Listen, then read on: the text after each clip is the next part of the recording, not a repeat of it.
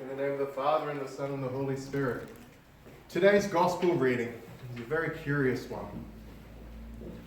See, Jesus is walking along with his disciples, and this Roman soldier comes up to him and asks him for a miracle.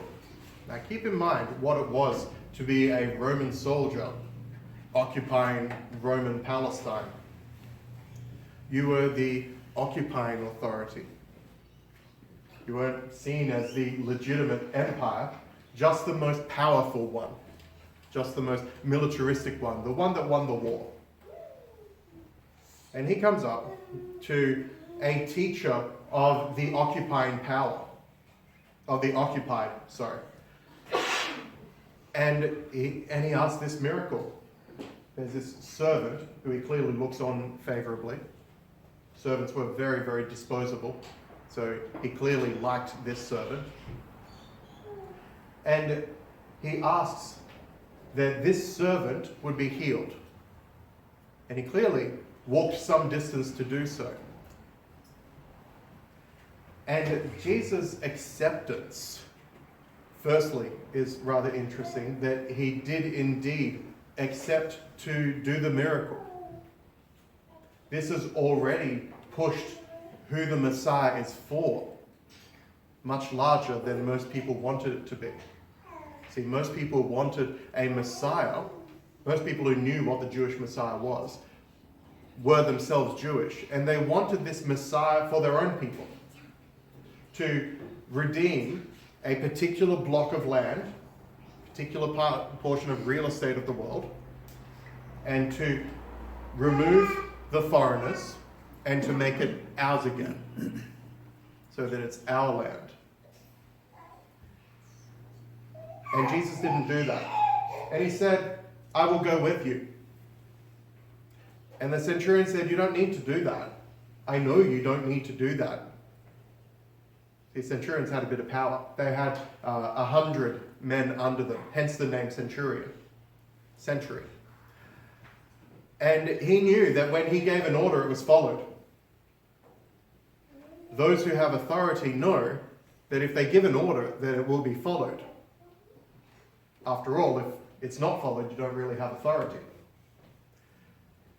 And he knew that someone who was able to work miracles, someone who worked outside of the natural, was able to, had at least the authority that he had in his own everyday job. Jesus' response was, I suppose, typical, a good response for many of the people that he spoke to. Many of the people who wanted healing miracles in particular wanted to grab him by the hand and say, this is where you need to go. This is the person that you need to heal. And the centurion knew that he didn't need that. Knew that he didn't need to know where the servant was. If this man, he thought, could do miracles, then he could do them from far away. Distance wasn't the problem. It was the actual act of healing. And once again, we return to something that at the same time is as old as it is current events. And he says, Jesus says, I haven't found such great faith even in Israel. Even in the children of the kingdom is not this great faith. The children of the kingdom are grabbing me by the hand and taking me to the person as if I didn't already know. As if I wasn't already aware, being God, aware of which of my children were suffering. And yet this foreigner, this stranger to the covenant of the people of the promise, stranger to the covenant of the children of the kingdom, he knew that Jesus was able to heal from distance. And he says, there will be people from east and west. I know I'm not pointing in the right direction, it's east and west, but you're going to have to work with me here. From east and west, who will be coming in for for this gathering, while the children of the kingdom, for whom this is their birthright, they won't be here. They will have chosen to be outside. They will have chosen to be in an awful place.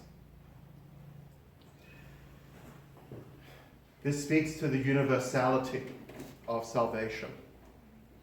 Even today, we're wanting to be put into, or wanting to put into, categories of one form or another. And there's all sorts of categories that we can be placed in. But the only category that matters is to follow Christ or to choose not to. To follow Christ is the category that matters. And this is something open to everyone. Doesn't matter where you're from. Doesn't matter where your ancestry was from. Doesn't a whole list of things that I could list but would get very tedious. Doesn't matter. Because it's about being children of God. This is something that is for all humanity. No longer is sitting at the table, is partaking of the mystical supper in the Eucharist, something that is limited by ethnicity, by nationality. By nothing is it limited, except if we follow Christ. And if we follow Christ, then may it be so that we are among those gathered from east and west, gathered even from north and even down to our south, who are gathered together to be sharers of this kingdom feast. May the same Lord, the same Christ, who saw all of humanity as his children, help us as we strive to live up to our own birthright. Amen.